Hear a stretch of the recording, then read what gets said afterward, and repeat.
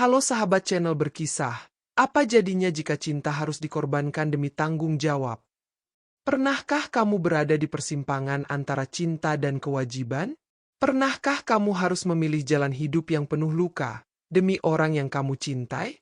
Inilah kisah seorang gadis muda yang rela mengorbankan masa depannya demi masa depan adik-adiknya. Kisah ini akan membawamu pada perjalanan batin seorang gadis bernama Rani, yang rela menikah dengan pria tua pemilik 20 toko kelontong, hanya demi satu impian, menyekolahkan adik-adiknya. Sebelum kita mulai ceritanya, jangan lupa untuk like, tulis komentar di bawah dan subscribe untuk terus mengikuti kisah-kisah inspiratif menarik lainnya.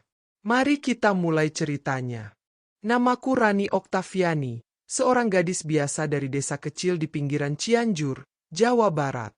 Aku lahir dari keluarga sederhana. Ayahku seorang buruh bangunan, sementara ibuku dulu membuka warung kecil di depan rumah sebelum akhirnya jatuh sakit. Sejak kecil, aku dikenal sebagai anak yang rajin dan punya cita-cita tinggi, ingin menjadi guru dan membahagiakan keluargaku. Tapi hidup, rupanya tak semudah lembar soal ujian sekolah yang bisa kutaklukkan dengan belajar keras. Semuanya berubah ketika aku duduk di bangku kelas 2 SMA. Ayah meninggal dunia dalam kecelakaan proyek saat sedang memasang rangka baja. Tragedi itu mengguncang seluruh hidup kami. Ibu tak sanggup menerima kenyataan dan jatuh sakit, hingga tak bisa lagi menjalankan warung. Saat itu, aku, Rani, yang baru berusia 17 tahun, terpaksa berhenti sekolah dan mengambil alih tanggung jawab sebagai kepala keluarga. Aku punya 3 adik, Farel yang duduk di kelas 5 SD, Dinda yang masih di kelas 3, dan si bungsu Naya yang belum masuk TK. Setiap hari aku bekerja serabutan, mencuci piring di warung makan, kadang ikut bantu tetangga menjual sayur. Tapi berapapun aku bekerja keras, uang yang kudapat tak pernah cukup untuk bayar sewa rumah, beli beras, apalagi menyekolahkan adik-adikku. Di setiap malam yang sunyi, aku menatap langit-langit rumah sambil memeluk Naya yang tidur di pelukanku, bertanya dalam hati, apakah Tuhan masih punya rencana untuk kami?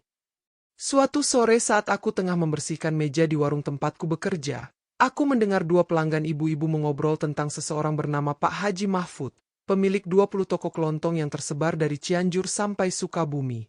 Katanya, ia kaya raya, tinggal sendirian di rumah besar di pinggiran desa Sukasirna, dan konon sedang mencari istri baru setelah ditinggal mendiang istrinya 3 tahun lalu. Katanya, kalau ada gadis yang mau nemenin hidupnya, semua kebutuhan hidup akan ditanggung, ujar salah satu ibu sambil terkekeh. Awalnya aku mengabaikan itu sebagai lelucon khas emak-emak kampung. Tapi malamnya, saat aku menghitung sisa uang yang tinggal belasan ribu, dan melihat Farel mengeluh karena belum bayar SPP selama 2 bulan, hatiku terasa seperti dihantam palu. Aku termenung lama di depan cermin kecil yang tergantung di dinding kamar sempit kami. Wajahku yang kusam, rambutku yang kusut, dan mata yang bengkak tak menyembunyikan lagi kenyataan bahwa aku kelelahan. Kalau aku menyerah, bagaimana nasib mereka? Pikirku. Dan entah dari mana, bayangan pria tua itu kembali muncul di benakku. Mungkin ini memang bukan jalan ideal. Tapi bukankah hidup juga tak pernah ideal padaku? Pagi harinya, dengan tekad yang kugenggam erat dan rasa malu yang kutelan mentah-mentah, aku meminjam sepeda butut milik tetangga dan mengayuh pelan ke rumah besar yang katanya milik Pak Haji Mahfud. Rumah itu tampak seperti istana di tengah ladang ilalang, berdiri angkuh dengan cat krem mengelupas sebagian, namun tetap megah. Jantungku berdetak tak karuan saat seorang pria parubaya membukakan pintu pagar dan menatapku dari ujung kepala. Saya, Rani, ingin bicara dengan Pak Haji, ucapku gugup. Beberapa menit kemudian, aku dipersilakan masuk ruang tamu berkarpet merah yang wangi kapur barus. Di sana duduk seorang pria tua dengan tongkat kayu di sebelahnya, berjubah putih dan peci hitam. Dialah Pak Haji Mahfud. Tatapannya tajam namun tidak menakutkan. Kamu tahu apa yang kamu lakukan, nak? Tanyanya setelah mendengarkan maksud kedatanganku. Suaranya dalam dan berat, seperti suara radio AM zaman dulu. Aku mengangguk sambil menunduk. Saya tahu ini terdengar gila. Tapi saya tidak datang untuk menipu. Saya hanya ingin adik-adik saya sekolah. Ia menatapku lama, lalu tersenyum tipis. Dunia ini memang gila, dan kadang kita butuh keputusan gila untuk bertahan hidup. 3 hari kemudian, pernikahan itu dilangsungkan di masjid desa. Tanpa gaun pengantin, tanpa pesta. Hanya aku, Pak Haji, 2 saksi, dan penghulu. Beberapa tetangga yang datang hanya untuk bergosip. Ada yang tersenyum simpati, ada pula yang jelas-jelas mencibir. Muda banget ya istrinya, pasti ngejar harta, bisik seorang ibu. Tapi aku tidak menggubris. Hatiku lebih sibuk menahan rasa takut, muak, dan hampa yang menggumpal di dada. Saat kami pulang ke rumah besar itu malam harinya, suasana terasa dingin dan canggung. Pak Haji duduk di kursi malasnya, menatap jendela gelap sambil menghela napas panjang. Kamu tak perlu takut. Aku tidak akan menyentuhmu tanpa izinmu. Kamu bukan mainan. Kamu penyelamat, katanya. Kata-katanya menohok. Aku masuk ke kamar yang kini katanya menjadi kamarku, dan saat pintu tertutup, air mataku mengalir deras. Aku, Rani Oktaviani, gadis 18 tahun, resmi menjadi istri dari pria yang lebih tua dari almarhum kakekku, semua demi harapan kecil yang bernama pendidikan untuk adik-adikku. Hari-hari setelah itu berjalan seperti mimpi aneh yang tak bisa kutentukan apakah indah atau mengerikan.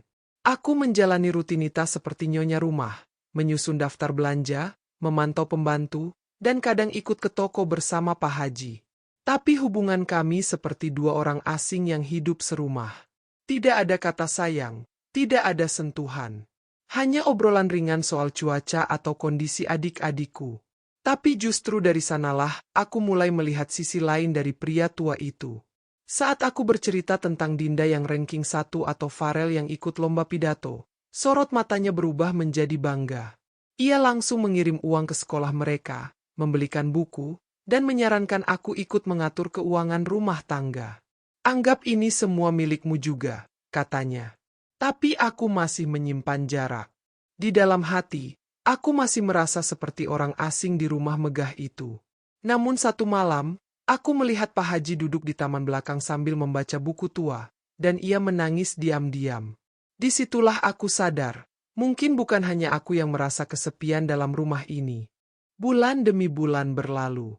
Rani yang dulu merasa seperti tawanan dalam rumah besar itu, perlahan berubah menjadi wanita yang mulai bisa berdamai dengan keadaan.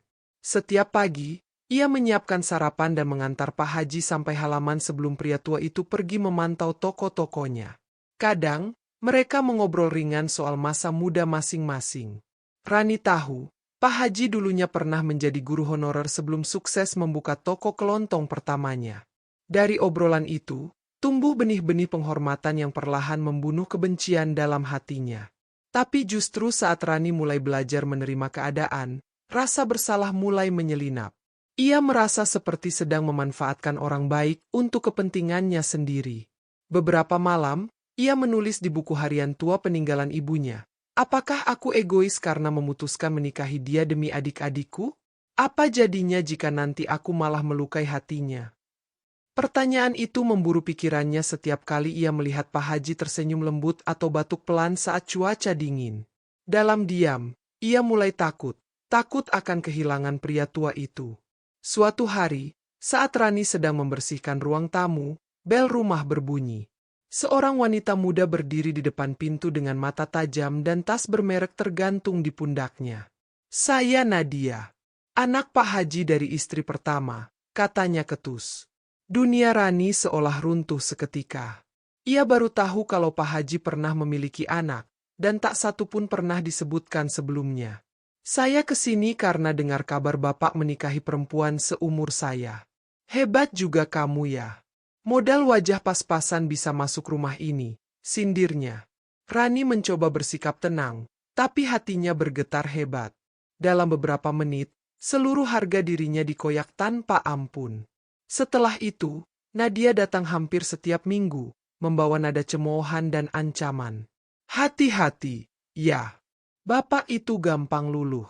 Tapi kalau dia tahu kamu punya niat tersembunyi, dia bisa campakkan kamu kapan saja, katanya tajam.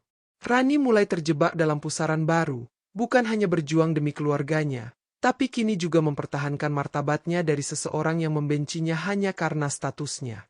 Beberapa hari setelah kedatangan Nadia, sikap Pak Haji berubah dingin. Ia tak lagi mengajak Rani bicara seperti biasa, dan lebih sering mengurung diri di ruang kerja. Rani merasakan jarak yang mencolok, tapi tak tahu bagaimana harus bertanya. Hingga suatu malam, saat makan malam, Pak Haji berkata dengan suara pelan, "Kamu datang padaku dulu karena uang, kan?" Kalimat itu seperti belati dingin yang menancap di jantung Rani. Ia mencoba menjelaskan bahwa meski alasannya awalnya memang soal ekonomi, tapi kini semuanya berubah. Ia mulai menyayangi Pak Haji. Tapi kata-katanya menggantung di udara, tak ada yang percaya. Nadia telah menyusup ke benak pria tua itu, menanamkan benih keraguan dan prasangka.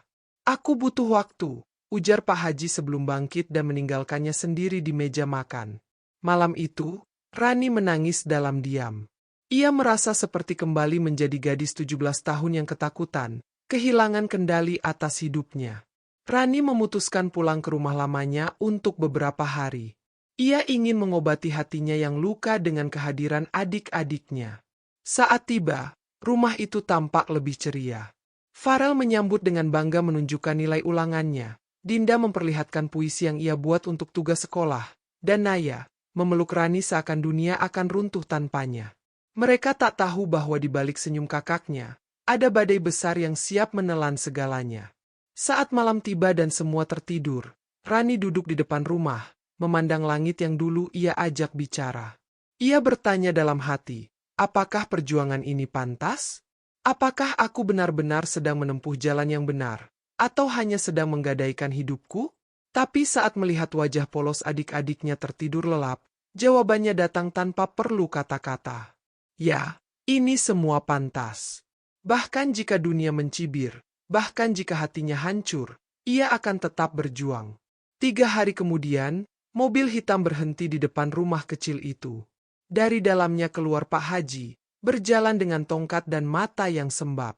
"Aku pikir kamu sudah pergi meninggalkanku," ucapnya pelan saat melihat Rani di beranda. Rani terdiam, tak tahu harus berkata apa. Tapi sebelum ia sempat menjawab, Pak Haji menyerahkan sebuah amplop. Di dalamnya, ada surat dari seorang pengacara.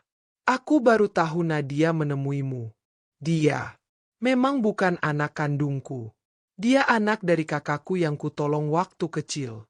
Tapi karena aku tak punya anak sendiri, dia mengira semua ini miliknya," jelas Pak Haji. Rani terpaku. Dunia kembali berputar. "Aku bodoh karena ragu padamu. Maafkan aku, Rani.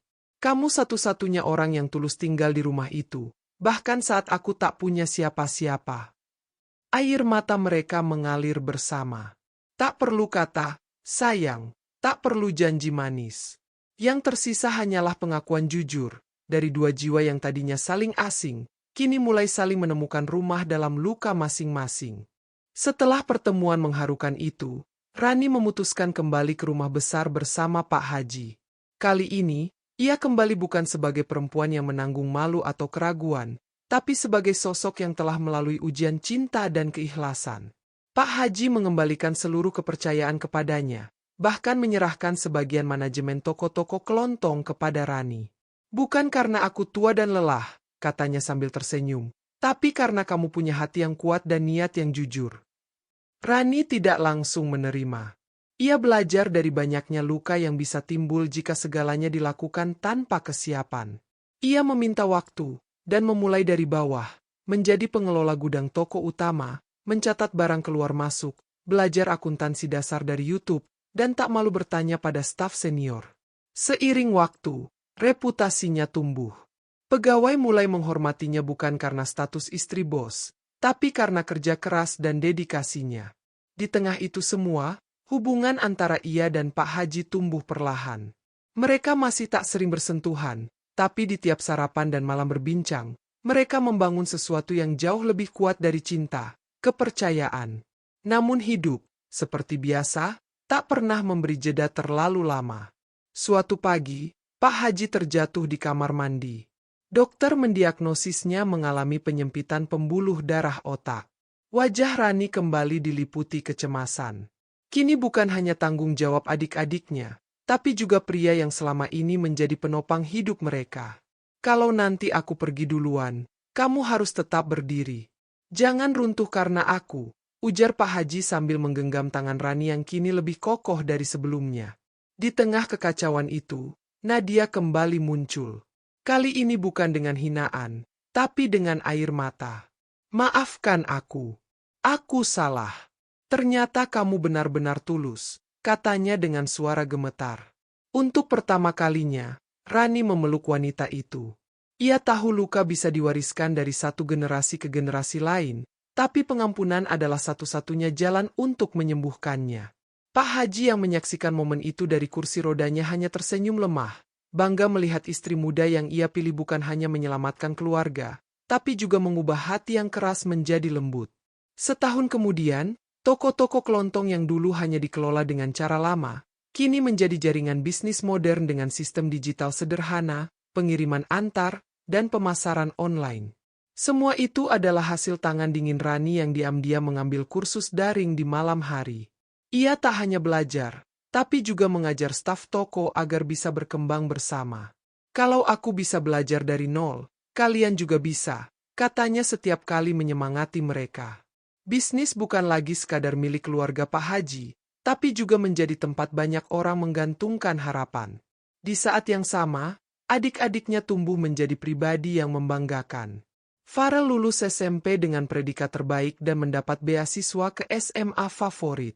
Dinda memenangkan lomba puisi tingkat kabupaten, sementara Naya, si kecil itu kini sudah bisa membaca dan bercita-cita jadi dokter. Rani bukan lagi gadis desa yang dikasihani karena menikahi kakek-kakek kaya, tapi kini dikenal sebagai Rani Mahfud, wanita muda yang membuktikan bahwa kekuatan cinta bisa mengubah takdir paling getir. Di suatu senja, saat Rani dan Pak Haji duduk di taman belakang seperti malam pertama mereka bertukar cerita, pria tua itu berkata lirih, "Aku tidak menyesal menikahimu, Rani. Bahkan jika umurku tinggal sebentar, aku bahagia karena bisa menutup hidupku dengan ditemani seseorang yang benar-benar peduli." Rani terdiam. Air mata menetes, bukan karena sedih, tapi karena rasa syukur yang tak bisa ditampung dengan kata-kata. "Aku juga tak menyesal, Haji. Mungkin dulu aku datang dengan alasan yang dangkal, tapi di sini aku belajar mencintai, bukan hanya kamu, tapi juga hidup yang pahit ini." Mereka saling berpandangan. Tak ada peluk mesra atau ciuman romantis. Tapi di antara mereka, ada ikatan yang lebih dalam dari itu semua. Ikatan antara dua manusia yang saling menyembuhkan luka satu sama lain. Dan saat azan maghrib berkumandang dari kejauhan, Rani tahu, tak ada lagi yang ia sesali. Segalanya, rasa sakit, pengorbanan, air mata, dan hinaan, semua terbayar. Kini, setiap kali Rani diminta berbicara dalam pelatihan wirausaha perempuan atau seminar inspirasi di desa-desa, ia selalu mengakhiri kisahnya dengan kalimat yang sama, hidup tidak akan pernah ideal. Tapi bukan berarti kita tidak bisa membuat keputusan yang bermakna. Ia tidak menyembunyikan kisah hidupnya. Ia mengaku pernah menikah karena terpaksa, pernah dihina, pernah hampir menyerah. Tapi ia juga menunjukkan bahwa dari pilihan pahit, bisa tumbuh keajaiban. Kisahnya bukan tentang menjadi istri kakek kaya, tapi tentang membalik nasib dengan keberanian, ketulusan, dan kerja keras. Di akhir setiap seminar, banyak perempuan menatapnya dengan air mata haru dan mata yang menyala penuh harapan. Rani tak lagi hanya menjadi kakak yang berkorban demi adik-adiknya. Ia menjadi simbol bahwa perempuan tak perlu menunggu keajaiban dari luar, karena dalam diri mereka sendiri, sudah ada kekuatan yang bisa menyelamatkan dunia. Teman-teman, jika kisah ini menyentuh hati kalian, jangan lupa untuk like video ini, komentar pendapat kalian di bawah, dan subscribe untuk cerita inspiratif lainnya. Hidup mungkin tak selalu adil, tapi kita bisa memilih untuk tetap jadi cahaya bagi orang lain.